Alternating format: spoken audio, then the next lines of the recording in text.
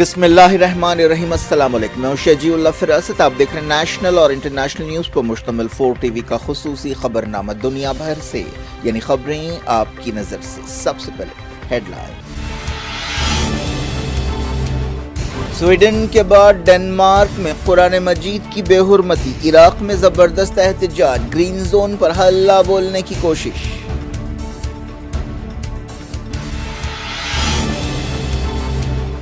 Denmark گستاخوں کے خلاف سخت کارروائی کرے، ایران نے کیا مطالبہ، OIC میٹنگ بلانے پر زور۔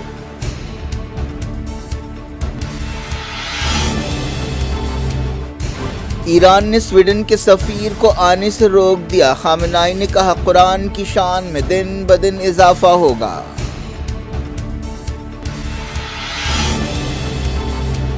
قرآن مجید کی بے حرمتی پر مسلم ملکوں میں احتجاج، جامعہ ازہر نے کہا مسلمان سویڈش پروڈکٹس کا بائیکاٹ کریں۔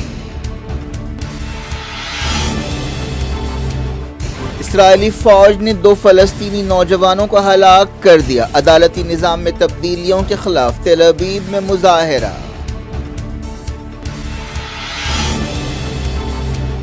نارتھ کوریا نے تناؤ کے بیچ کئی کروز میزائل سمندر میں چھوڑے، ساؤتھ کوریا نے کہا امریکہ کے ساتھ مل کر کام کر رہے ہیں۔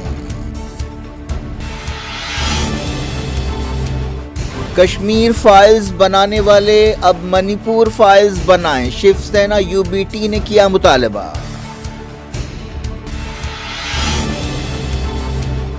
رائے گڑھ میں مرنے والوں کی تعداد 25 ہو گئی، موسم عہدیداروں نے کہا 25 جولائی تک کئی علاقوں میں ہوگی تیز بارش۔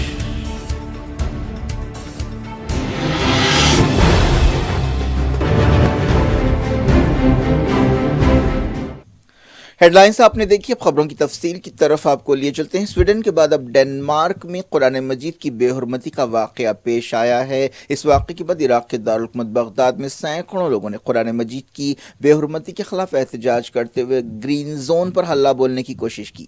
یہ احتجاجی ان خبروں کے درمیان جمع ہوئے کہ ڈنمارک کے کٹر گروپ نے کوپن ہیگن میں قرآن مجید کو جلایا ہے۔ حال ہی میں بغداد میں احتجاجیوں نے سویڈن میں قرآن مجید کی بے حرمتی کے خلاف احتجاج کرتے ہوئے سویڈن کے سفارت خانے کو آگ لگا دی تھی۔ ہفتے کی صبح تقریباً 1000 احتجاجی گرین زون کے قریب جمع ہوئے، جنہیں سیکیورٹی فورسز نے تتر بتر کر دیا۔ احتجاجی شیعہ عالم مقتدیٰ صدر کے نعرے لگا رہے تھے، ان کے ہاتھوں میں صدر کی تصویریں اور ان کی تحریک اور عراق کے جھنڈے تھے۔ یہ لوگ اپنے نعروں میں قرآن سے اپنی وابستگی کا اظہار کر رہے تھے۔ سیکیورٹی فورسز نے گرین زون جانے والے جمہوریہ برج کو بند کر دیا۔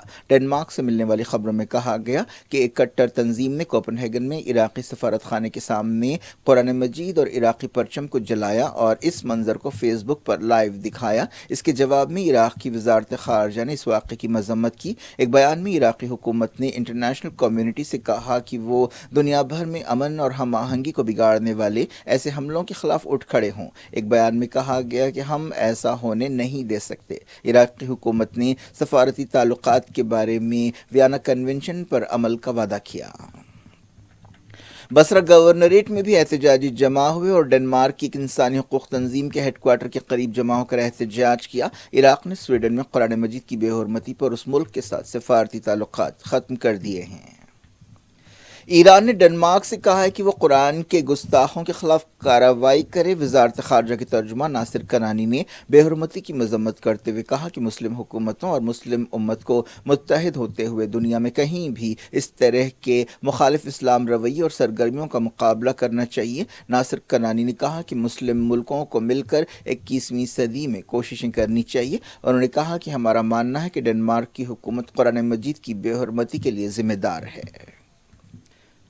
ایران نے قرآن مجید کی بے حرمتی کے واقعات سے پیدا صورتحال پر OIC کی ایمرجنسی میٹنگ بلانے کا مطالبہ کیا۔ ایرانی وزیر خارجہ حسین عامر عبداللہیان نے اس سلسلے میں OIC کے سیکریٹری جنرل ابراہیم طاہا حسین سے بات چیت کی۔ انہوں نے کہا کہ ایسی میٹنگ جلد سے جلد ہونی چاہیے۔ وزیر خارجہ نے یونائیٹڈ نیشنز کے سیکریٹری جنرل سے بھی مطالبہ کیا ہے کہ قرآن مجید کی بے حرمتی کے واقعات کو روکا جائے۔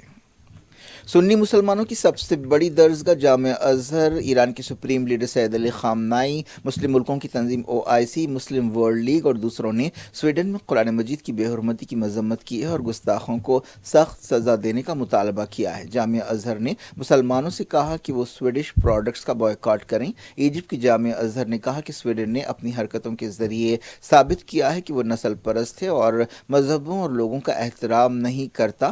جامعہ ازہر نے دنیا بھر کے آزاد لوگوں سے کہا کہ وہ سویڈش پروڈکٹس کا بائیکاٹ کریں۔ ایران کے سپریم لیڈر سید علی خامنائی نے ایک پیام میں کہا کہ سویڈن میں قرآن مجید کی بے حرمتی ایک سازش اور خطرناک واقعہ ہے، اور انہوں نے کہا کہ سویڈن کی حکومت کو معلوم ہونا چاہیے کہ اس نے ایک مجرم کی مدد کرتے ہوئے مسلم دنیا کی مخالفت مول لی ہے۔ خامنائی نے کہا کہ یہ سویڈش حکومت کی ذمہ داری ہے کہ وہ اس جرم کے خاطیوں کو اسلامی ملکوں کے عدالتی نظام کے حوالے کریں۔ سپریم لیڈر نے کہا کہ سازشیوں کو معلوم ہونا چاہیے کہ قرآن مجید کا تقدس اور شان میں دن بدن اضافہ ہوگا۔ ایک عراقی عیسائی کی طرف سے دوسری بار بے حرمتی کی گئی تھی۔ ایران، پاکستان، عراق، لبنان اور دوسرے ملکوں میں قرآن مجید کی بے حرمتی کے خلاف بڑے پیمانے پر مظاہرے کیے گئے۔ مسلم ملکوں کی تنظیم OIC نے قرآن مجید کی بے حرمتی کی مذمت کرتے ہوئے ایک بیان جاری کیا اور OIC کے سیکریٹری جنرل حسین ابراہیم طاہا نے کہا کہ یہ بہت مایوسی کی بات ہے کہ سویڈن کے عہدیدار قرآن مجید کی بے حرمتی کی اجازت دے رہے ہیں۔ مسلم ورلڈ لیگ نے بھی قرآن مجید کی بے حرمتی کی مذمت کرتے ہوئے کہا کہ مسلمانوں کے جذبات کو ٹھیس پہنچانے کے لیے بار بار ایسی حرکتیں کی جا رہی ہیں۔ سعودی عرب نے سویڈن کے عہدیداروں کی طرف سے انتہا پسندوں کو بار بار اس طرح کی گستاخی کی اجازت دینے کی مذمت کی۔ ملیشیا کے وزیر اعظم انور ابراہیم نے سویڈن میں قرآن مجید کی بے حرمتی کے خلاف یونائیٹڈ نیشنز کی قرارداد کی تعریف کی۔ انہوں نے کہا کہ یہ افسوس کی بات ہے کہ اظہار خیال کی آزادی کی آڑ میں قابل نفرت سرگرمیوں کو چھپایا جا رہا ہے۔ یمن کی حکومت نے بھی قرآن مجید کی بے حرمتی کی مذمت کی۔ ایران نے اعلان کیا ہے کہ وہ ملک میں سویڈن کے نئے سفیر کو آنے کی اجازت نہیں دے گا۔ وزیر خارجہ حسین عامر عبداللہیان نے سرکاری ٹیلی ویژن پر بتایا کہ تہران میں سویڈن کے سفیر کی مدت ختم ہو چکی ہے۔ سویڈن کی حکومت قرآن مجید کی بے حرمتی پر سخت کارروائی جب تک نہیں کرتی، ہم سویڈن کے نئے سفیر کو قبول نہیں کریں گے۔ انہوں نے یہ بھی کہا کہ ایرانی سفیر کو بھی سویڈن نہیں بھیجا جائے گا۔ یہ اعلان ایک ایسے وقت کیا گیا جب ایران کے دارالحکومت تہران میں سویڈن کے سفارت خانے کے باہر سینکڑوں لوگوں نے احتجاج کیا۔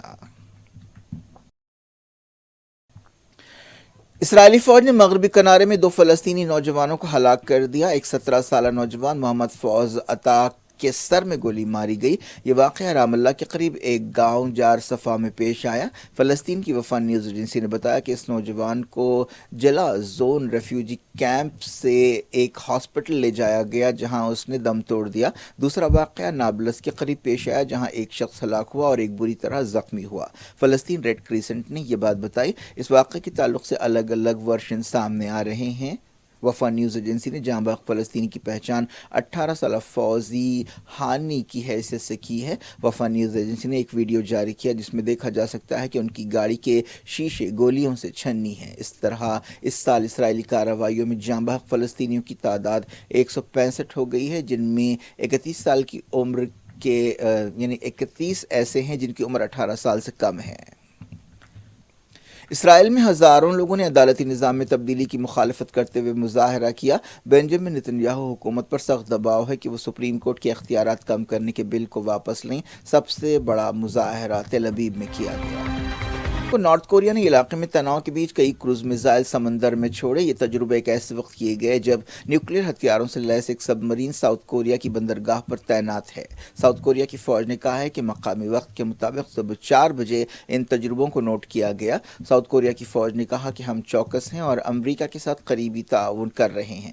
چہارشنبے کو بھی نارتھ کوریا نے دارالحکومت پیونگ یانگ کے قریب مختصر دوری تک وار کرنے والے 2 میزائلز فائر کیے تھے۔ یوکرین کے صدر وولودیمیر زیلنسکی نے کہا ہے کہ یوکرین کے جوابی حملے زور پکڑنے والے ہیں۔ انہوں نے یہ بات مانی کہ اب تک یہ حملے سست رہے ہیں۔ رشیا کے صدر ولادیمیر پوٹن نے اس دوران کہا ہے کہ مغربی ملک یوکرین کے جوابی حملوں کے نتیجوں سے مایوس ہیں۔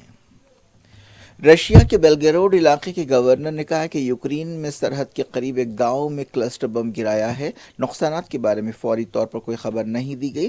کلسٹر بموں پر کئی ملکوں میں پابندی ہے، لیکن اس کے باوجود امریکہ نے یوکرین کو کلسٹر بم دیے ہیں۔